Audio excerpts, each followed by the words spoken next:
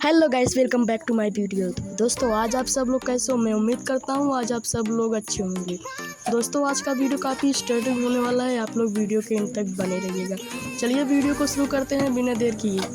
दोस्तों, जैसा कि आपको थंबनेल और टाइटल देख के पता चली होगा कि आज का ब्लॉग कैसा है, तो चलिए शुरू करते हैं। जैसे कि आप सब लोग इस फोटो में देख रहे हो, हम और हमारा भाई ओमकार कैसे दिख रहे हैं, तो चलिए इसका बचपन वाला फोटो दिखाते हैं। जैसा कि आप सब लोग देख रहे हो, बड़ा वाला मैं हूँ और छोटा वाला ओमकार कैसा लग रहा है। दोस्तों, हमारे पास अभी इससे भी ज़्यादा फोटो है, हम आपको इसी वीडियो में दिखाएंगे।